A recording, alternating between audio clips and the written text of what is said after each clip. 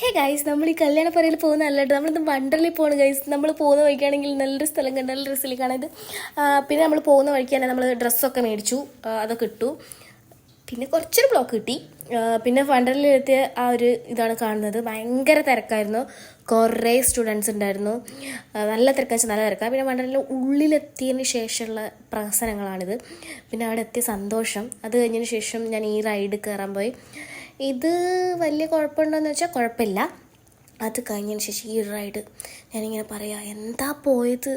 ഈ ഒരു റൈഡിൽ കയറിയ ശേഷം ഞാൻ ഒന്നും കയറിയിട്ടില്ല. പിന്നെ ആണെങ്കിൽ ഇത് കയറി, ഇത് വലിയ കുഴപ്പമില്ല. ഞാൻ ഈ ബെൽറ്റൊക്കെ ഇട്ട് സെറ്റാകുന്നുണ്ട് വിചാരിക്കും ഭയങ്കര റൈഡറാണ്. പക്ഷേ ഞാനാണ് ആ വിഴുങ്ങിയ പാമ്പ് പോലെ കിടക്കുന്നത്. അങ്ങോട്ട് ആ ചേട്ടൻ പറയുന്നത് തിരിക്കി എന്നൊക്കെ പറയുന്നുണ്ട്.